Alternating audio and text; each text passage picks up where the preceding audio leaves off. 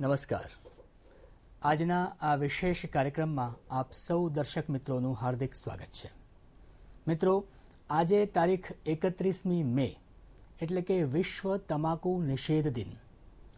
મિત્રો, વિશ્વ તમાકુ નિષેધ દિન ઉજવવો પડે છે એ જ આમ તો એમ કહેવાય કે એ આપણા માટે દુઃખદ વાત છે. કારણ કે કોઈ આપણે ખેતરમાં જઈએ અને જ્યાં તમાકુની વાવેતર થતી હોય અને તે ખેતરના ખેડૂતને આપણે પૂછીએ કે તમે તમારા ખેતરમાં આની વાડ કેમ નથી કરતા, તો એ ખેડૂત આપણને એવો જવાબ આપે છે કે આને શું વાડ કરવાની, આને તો ઢોર પણ નથી ખાતા. મતલબ કે જે વસ્તુને પશુઓ પણ સૂંઘતા નથી એ વસ્તુઓ આપણે માણસો જુદી જુદી રીતે એનું સેવન કરીએ છીએ. આ કેટલી દુઃખદ બાબત કહેવાય. અને એટલા માટે જ આ તમાકુ નિષેધ દિન ઉજવવો પડે છે. અને આ એટલા માટે પણ ઉજવવો પડે છે કે આ તમાકુ ખૂબ જ નુકસાનકારક છે.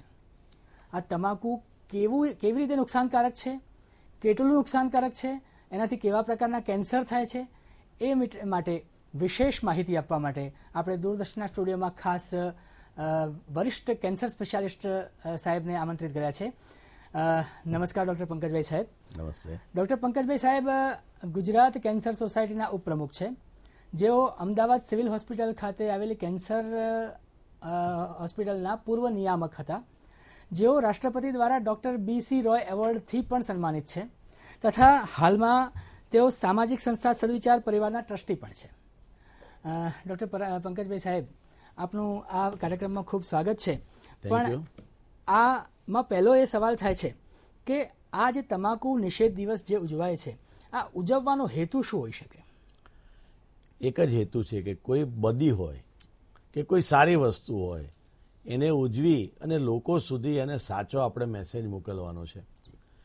તમાકુ નિષેધ દિનની ઉજવણી WHO સંસ્થા છેલ્લા લગભગ 40 વર્ષથી કરે છે. અને એનો એક જ ઉદ્દેશ છે કે તમાકુ એ કોઈ ખોરાક નથી, તમાકુ કોઈ દવા નથી, તમાકુ ઝેર છે. અને આ ઝેરના પારખા ન હોય.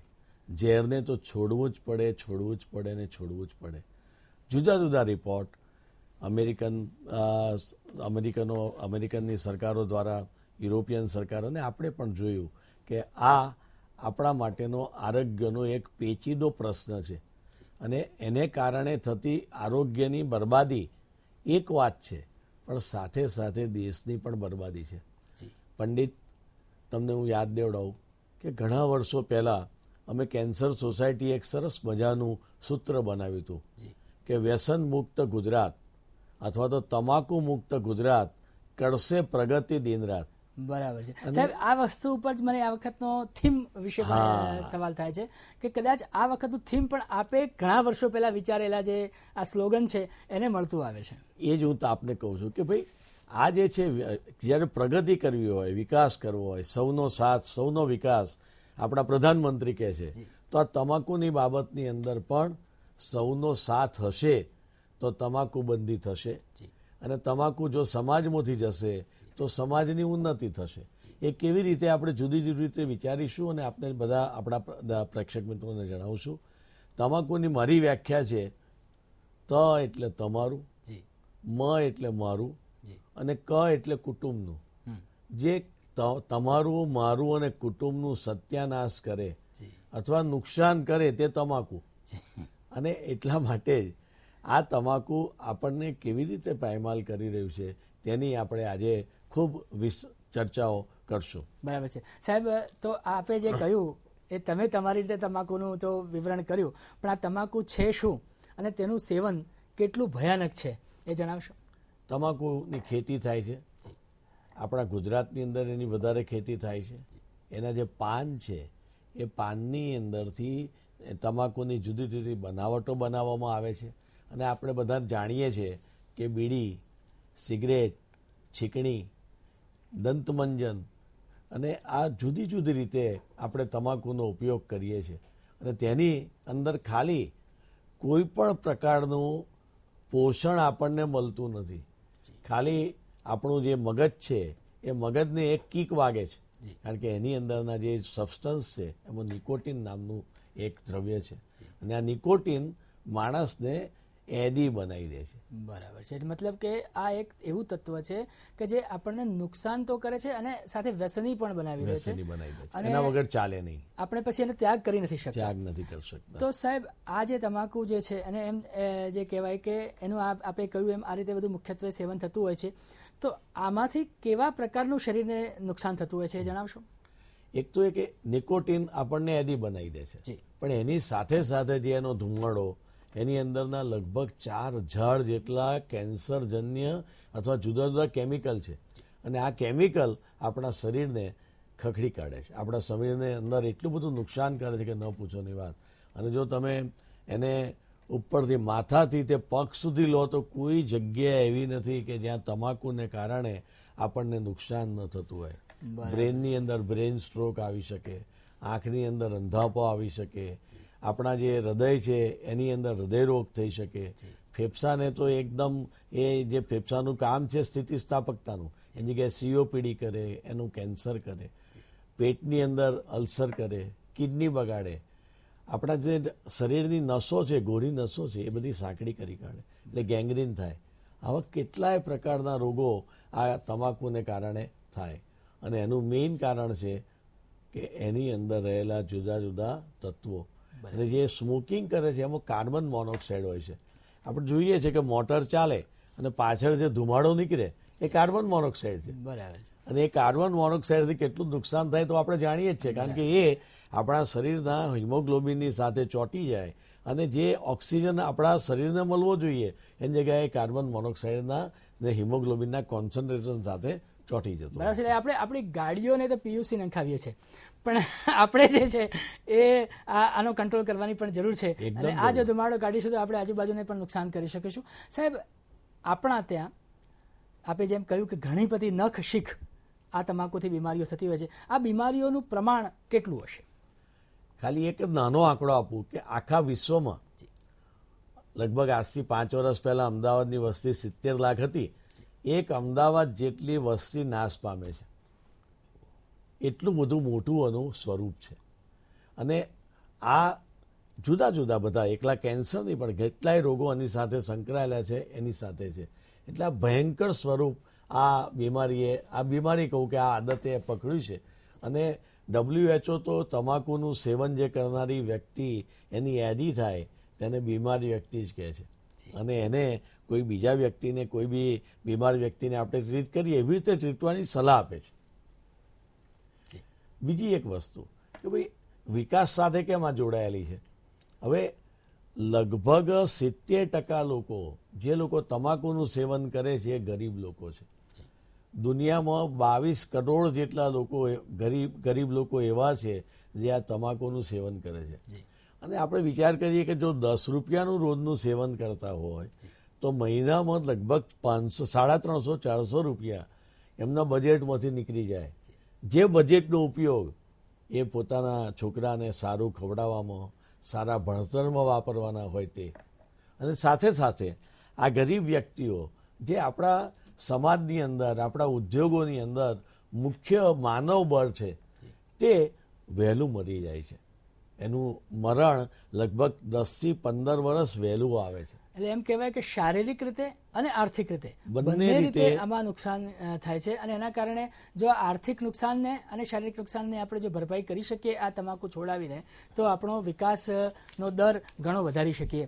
સાહેબ, આપણા ત્યાં તમાકુના સેવનના કારણે જે જુદા જુદા આપણે જે કયા કેન્સરો, એ કેન્સરો થવાનું ઉંમર કઈ હોય છે? સામાન્ય રીતે 30 વર્ષથી માંડી અને 50 વર્ષની ઉંમર સુધી આ વધારે દેખાય છે. કારણ કે તમાકુનું સેવનની શરૂઆત સામાન્ય રીતે 15 થી 16 વર્ષની ઉંમરે થતી હોય છે. તમાકુનું સેવન જે ગુટકાના રૂપે આવ્યું, હવે જો કે ગુટકા પર બાન છે, બીજી રીતે પણ મોઢેથી લેવાનું તમાકુ તો ખવાય જ છે, એ બહુ વહેલું શરૂ થયું. 5-10 વર્ષ નહીં પણ 5-7 વર્ષના વિદ્યાર્થીઓ, છોકરાઓ પણ ગુટકા પર ચડી જતા હતા. એટલે અમે તો 20-20 વર્ષના યુવાનોને કેન્સર પીડિત, મોઢાના કેન્સર પીડિત જોયેલા છે. એટલે આ એક કોઈ દેશને મારી કાઢવો ને તમાકુની લત પર ચડાવી દેવો જોઈએ. વહેલી ઉંમરે. તો કદાચ છે ને જેમ જેમ આપણે પંજાબ ને બધાની અંદર સાંભળીએ છીએ કે ભાઈ ડ્રગ્સને કારણે આખા પંજાબની ઇકોનોમી ડાઉન થઈ, એમ કેટલી અત્યારના તમાકુની કંપનીઓ છે એમનું ટાર્ગેટ યંગ માણસો છે, બહેનો છે કે જે લોકો નથી લેતા, અને એ આખા ફોર્સને એ દેશના જે મેઇન ફોર્સ છે વર્કફોર્સ એને ઓછું કરી કાઢે છે. સાહેબ, એવો કોઈ સ્પેસિફિક સમય હશે કે કેટલા સમય સુધી તમાકુનું સેવન કરવાથી કેન્સર થાય? આમ તો લાંબા સમય સુધી એક વાર કરો તમે અને પછી જો એના બંધાણી બની જાઓ તો 1 વર્ષ 2 વર્ષ 5 વર્ષ તમે ચાલુ રાખો તો શરૂઆતમાં જુદી જુદી તબક્કામાં એના ટોક્સિસિટી શરૂ થતી હોય છે. એ શરૂઆતમાં તમને અહીંયા આગળ બ્રેઇનની અંદર સ્ટિમ્યુલેશન લાગે, પછી તમારા શરીરની અંદર કેટલાક ચેન્જીસ થવા માંડે, અને લાંબા સમય સુધી 3, 4, 5 વર્ષ સુધી લો એટલે એના કારણે શરીરની અંદર કેન્સરજન્ય જે ઇફેક્ટ છે એક દાડામાં ના આવે, એ 4-5 વર્ષ સુધી લો પછી આવતી હોય છે. એટલા માટે જ જો તમે છોડો તમાકુ તો ધીમે ધીમે ધીમે ધીમે તમાકુને કારણે જે આપણી પાયમાલી થતી હોય છે તેનાથી થતું નુકસાન તમે એમાંથી બચી શકો. એટલે બ્લડ પ્રેશર છે તે લગભગ તમારે 3-4 મહિનાની અંદર ઓછું થઈ શકે, ઓક્સિજનેશન તો તરત જ સુધરી શકે, અને હૃદયરોગ છે, કેન્સર છે, એ બધું 4, 5, 10 વર્ષ પછી એનું પ્રમાણ ઓછું થઈ જાય. બરાબર છે સાહેબ, આપણે ચર્ચા ચાલુ રાખીશું, પણ સમય થયો છે એક નાનકડા વિરામનો.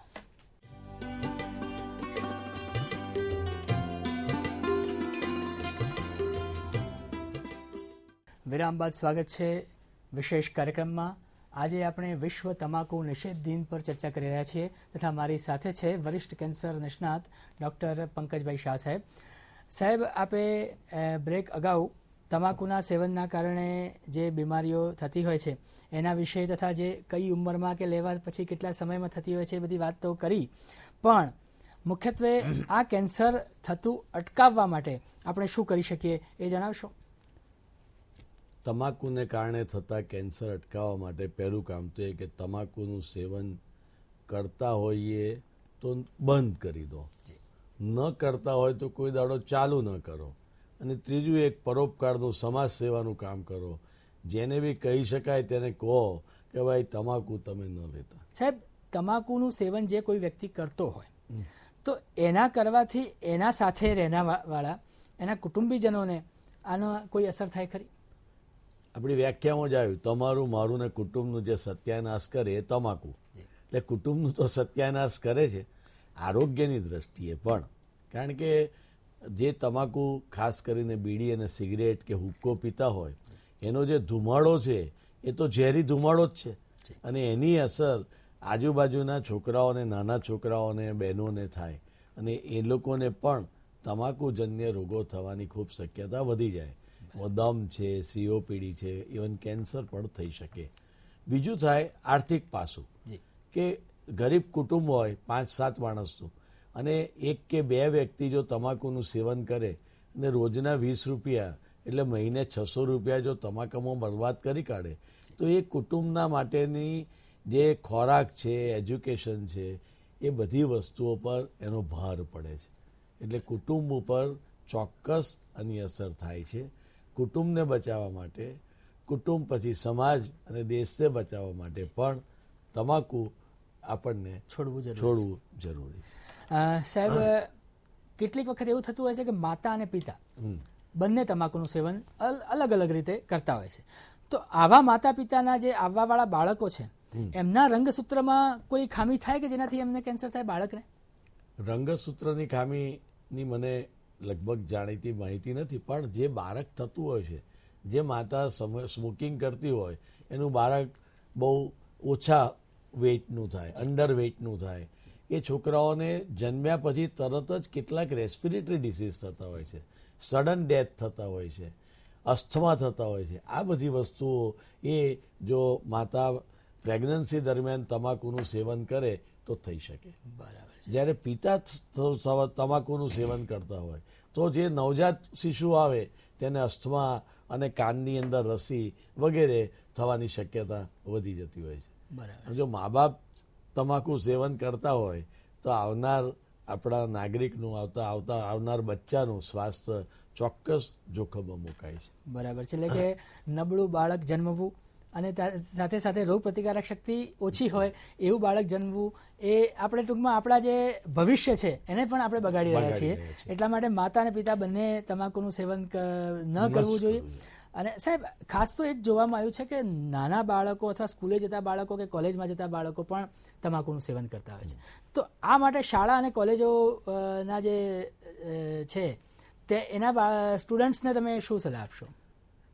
શાળા અને કોલેજ જતા સ્ટુડન્ટ્સ છે એમાં પહેલું તો સ્ટુડન્ટ આવે ઘરેથી, એટલે મા બાપે પણ પહેલાં ચોંકી જવાની જરૂર છે કે એ લોકોને ખિસ્સા ખર્ચીના જે પૈસા આપે એનો તે શું ઉપયોગ કરે છે તે પહેલાં જાણી લે. બીજું એ કે સ્કૂલોની આજુબાજુ તમાકુની કોઈ પણ પ્રોડક્ટ ન મળવી જોઈએ. અત્યારે તો આપણે ગુટખા બંધી છે, પણ આ બાબતનો વ્યવસ્થિત રીતે એક આંદોલન તરીકે આપણે ચલાવવા જેવું છે. સરકારે તો નિયમ બનાવ્યો, પણ આજુબાજુના રહીશોએ પણ જોવું જોઈએ કે કોઈ સ્કૂલની આજુબાજુ હવે આરોગ્યને હાનિ કરતી કોઈ પણ વસ્તુ વેચાય નહીં. અને ત્રીજું સ્કૂલની અંદર સારા આરોગ્ય માટે આ બાબત બહુ જ અગત્યની ગણી અને બાળકોને આ બાબતનું પ્રશિક્ષણ આપવું જોઈએ. જો છોકરાઓ જ કોલેજ જતા છોકરાઓ અને સ્કૂલને જતા બાળકોને પહેલેથી જ જો તમાકુ એ ઝેર છે, આરોગ્ય માટે હાનિકારક છે અને તેનું કોઈ પણ પ્રકારે સેવન ન કરવું પડે એવો સંસ્કાર આપણે જો આપ્યો હશે તો 10 વર્ષ પછીની પેઢી જે છે તે એકદમ નિરોગી પેઢી આપણા સમાજને મળશે. બરાબર છે. એટલે બાળકથી જ આપણે જો આ શિક્ષણ જાય કે ભાઈ તમાકુ તો ના જ ખવાય એ રીતનું, તો ઘણો ફાયદો થાય. ફરી એકવાર સમય થયો છે નાનકડા વિરામનો.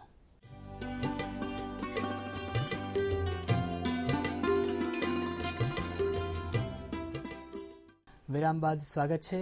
આજે આપણે વિશ્વ તમાકુ નિષેધ દિન પર ચર્ચા કરી રહ્યા છીએ અને મારી સાથે છે ડૉક્ટર પંકજભાઈ શાહ સાહેબ કે જેઓ વરિષ્ઠ કેન્સર નિષ્ણાત છે.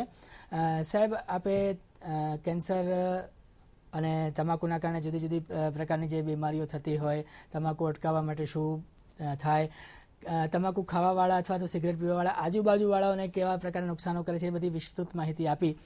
આપે વારંવાર એક વસ્તુ કહી કે સમાજમાં કેટલીક એવી સંસ્થાઓ તથા સરકારના પગલાંના કારણે ગુટખાનું વેચાણ બંધ થયું છે. તો આ ગુટખાનું વેચાણ બંધ થવાના કારણે કેવા પ્રકારના ફાયદા નોંધાયા છે એ જણાવશો?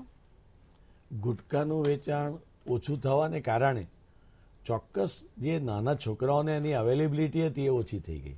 એટલે મેઇન ફાયદો તો થશે જ કે બહેનો અને બાળકો આ વસ્તુ લેશે જ નહીં. પણ જે લોકો અખંડ ખેલાડી છે આ બાબતના, થોડા પુખ્ત વયના મોટી ઉંમરના માણસો, એ લોકોએ તો ઓલ્ટરનેટિવ શોધી કાઢ્યો કે તમાકુ પણ જુદું લે અને જોડે પાન મસાલો વલિયારીને તે પણ જુદું લે. એમ કરી અને ઓલ્ટરનેટિવ શોધી કાઢ્યો છે. પણ ડૉક્ટર પંડિત એક વાત તો ચોક્કસ છે કે છેલ્લા લગભગ 40 વર્ષથી આ અંગે હું કામ કરું છું. શરૂઆતની અંદર હું કોઈ ઓફિસમાં જઉં કે કોઈ જગ્યાએ જઉં તો લોકો સિગરેટ અને તમાકુ જાણે મોટી કોઈ એમની એ હોય તે રીતે બતાવતા હતા અને જાહેરમાં પીતા હતા. આજે જાહેરમાં તમાકુનું સેવન લગભગ સદંતર બંધ થઈ ગયું તેવું મને લાગે છે. અને એક આ મોટી વાત છે. જ્યારે આ બીજું બધું જે કરવાનું છે લોકોને સુધી, ગરીબો સુધી આ તમાકુ ન પહોંચે એના માટે તો આપણે જાગૃતતા લાવ્યા સિવાય કોઈ ઉપાય નથી. તમાકુના સેવનથી થતા જે જુદા જુદા રોગો છે એને અટકાવવા માટે જનજાગૃતિ એ કેટલી મદદરૂપ થઈ શકે? આપને પણ ખબર છે, દૂરદર્શન અમને ખૂબ મદદ કરે, કેન્સર સોસાયટીને. મારા કાર્યકાળ દરમિયાન અને પછી પણ અવારનવાર આપણા મીડિયા દ્વારા અને સંસ્થા દ્વારા જનજાગૃતિના ખૂબ કાર્યક્રમો કરવામાં આવ્યા છે. અને જુદી જુદી રીતે, પછી હોળી હોય તો હોળી, પતંગ હોય તો પતંગ, અને આવા જુદા જુદા તહેવારોને લઈને પણ આપણે આ જનજાગૃતિના કાર્યક્રમો લોકો સુધી પહોંચ્યા છે. એ ઉપરાંત કાયમી પ્રદર્શન કેન્સર સોસાયટીએ વાસણામાં બનાવ્યું છે. એના અંગેના કેટલાય વસ્તુઓ ઘણી જે સંસ્થાઓને જરૂર હોય તેને અમે સહાય કરીને આપીએ છીએ. અને જનજાગૃતિ માટે જે છેલ્લી એક સંસ્થા છે એ લગભગ 1.25 વર્ષથી આ અંગે કામ કરે છે. એ સંસ્થાનું નામ છે હ્યુમન વેલનેસ સોસાયટી. આ હ્યુમન વેલનેસ સોસાયટીએ આપણી ટીવી ચેનલના જાણીતા કલાકાર જેઠાભાઈ અને દયાબેનને લઈ અને ખૂબ મજાની એવી સરસ આ લોક શિક્ષણની વિડીયો બનાવી છે. એમાં સાઈરામ પણ છે.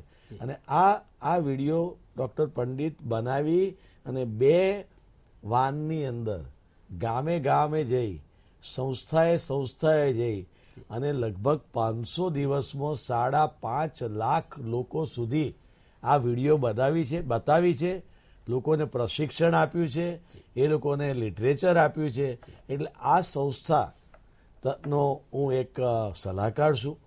અને મારી ઈચ્છા છે પ્રેક્ષક મિત્રો કે જ્યારે તમે નાના ગ્રુપની અંદર તમારા સ્કૂલમાં જો આ સંસ્થાની આ વિડીયો જોવા તમે બોલાવશો તો નિઃશુલ્ક એમના વોલન્ટિયર આવીને તમને બતાવશે.